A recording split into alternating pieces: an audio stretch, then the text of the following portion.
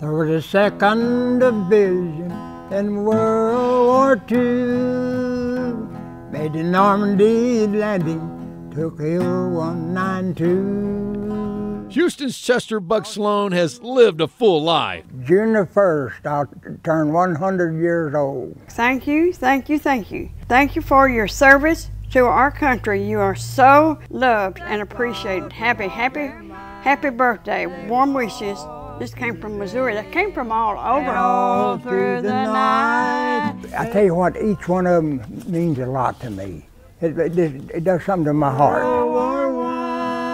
Buck learned to play the guitar as a young boy, and he can still strum out the tunes he wrote long ago. They're in one. Buck, along with his wife Shirley, will return to the beaches of Normandy for the 80th anniversary of D-Day, just a few days after his 100th celebration. And gave me a Browning automatic, which I kept from Normandy Beach to the Battle of the Bulge. Drafted at 18, Buck was in the middle of the war by age 19. He would be wounded at the Battle of the Bulge. Here's a Purple Heart.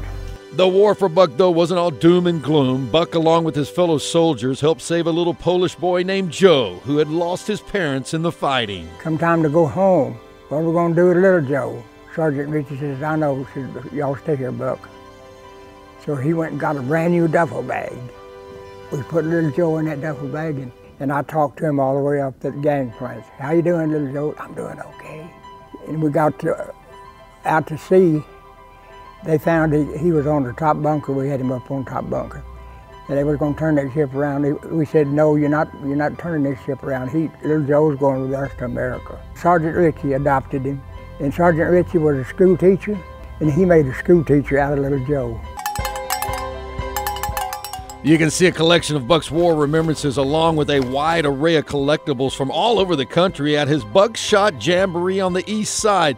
Buck and his friends light up the stage every Saturday night, and you might hear Buck play one of his favorite songs that he wrote about his mama's biscuits. Her mama made us biscuits at 100 years old. She said, well, I'm about ready to go and be with the Lord. And I said, Mama, don't talk like that. You're nearly 100, and I want you to make it to 100, and I'll write a song, Mama made us biscuits at 100 years old. You know what she said?